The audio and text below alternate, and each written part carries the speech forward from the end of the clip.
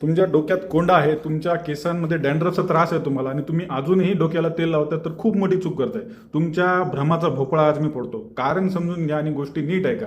यात कसं असते माहिती आहे का, ज्ञानाचा जर अभाव असला की माणूस फक्त उपाय शोधत बसते. ते सगळ्या बाबतीत काहीतरी पटकन पाहिजे असतं तुम्हाला. एक चमचा हे घ्या, एक चमचा ते घ्या, असं मिक्स करून डोक्याला लावा. असं काय ऐकलं की तुम्हाला खूप बरं वाटतं आणि तुम्हाला आनंद होतो. पण यात परमनंट सोल्युशन तुम्हाला कधीच भेटणार नाही. कारण तुम्हाला तुमच्या डॅन्ड्रफचं कारणच माहीत नाही. ते डॅन्ड्रफ आहे की नाही तुम्हाला हे पण माहीत नाही. यात जर योग्य ज्ञान आणि योग्य उपाय केला तर तुम्हाला आनंद आणि समाधान दोन्ही भेटेल. ठीक आहे, क्षणिक आनंदाच्या मागे लागू नका. आता लवकर मुद्द्यावर येतो, नाही तर बरेच लोक मग कमेंट सेक्शनमध्ये सुरू करतात की मग या मुद्द्यावर ये लवकर. ठीक आहे, समजून घ्या गोष्टी. आता काय आहे डॅन्ड्रफ, का होतो, कशामुळे होतो, कारण काय आणि याच्यातले प्रकार काय व्यवस्थित समजून सांगतो, नीट आहे का. आता आपल्या प्रत्येकाच्या डोक्यावर ना एक प्रकारचा ईस्ट नैसर्गिकरित्या राहतो. ईस्ट म्हणजे काय, एक बुरशी प्रकारची बुरशी राहते. ती आपल्या डोक्यातील तेल जे सीबम आहे ना ती खाऊन वाढते. आता तुम्ही यात जर अजून तेल लावत बसला तर ही बुरशीचा अजून वेगानं वाढणार आणि त्याचा त्रास होणार.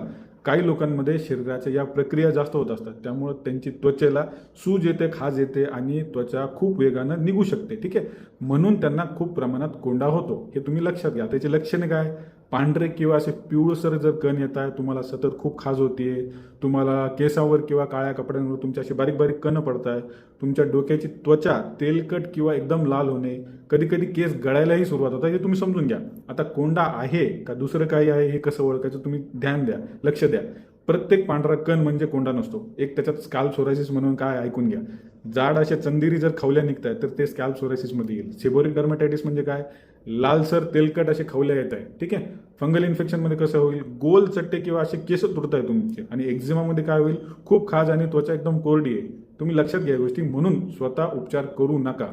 तुम्हाला कारण माहीत आहे तुमचं हे सगळ्या गोष्टी कशामुळे होते ते समजून घ्या ना आधी. आणि याचा टिप्स काय, तुम्हाला एक बेसिक टिप्स काय देतो मी तुम्हाला. आठवड्यात 2-3 वेळा योग्य अँटी डॅन्ड्रफ शॅम्पू जो डॉक्टरांनी सजेस्ट केला असेल तो वापरा. फक्त तेल लावून उपयोग नाही. आणि तेल लावत जर असाल तर 20 मिनिटाच्या जास्त तेल डोक्यावर ठेवू नका. पुरेशी झोप, ताण कमी करा. स्ट्रेसमुळे कोंडा वाढू शकतो. चौथं म्हणजे काय, प्रोटीन, झिंक, आयर्न, ओमेगा 3 आणि व्हिटॅमिन बी कॉम्प्लेक्स सगळं व्यवस्थित संतुलित आहाराच्या द्वारे घ्या. गरज असेल तर सप्लिमेंट देखील लागेल तर ते तरी घ्या. ठीक आहे, आणि 5वं म्हणजे काय, कंगवा, टॉवेल, हेल्मेट हे शेअर करू नका. कंगवा बऱ्याच घरांमध्ये एकच कंगवा सगळेजण वापरतात.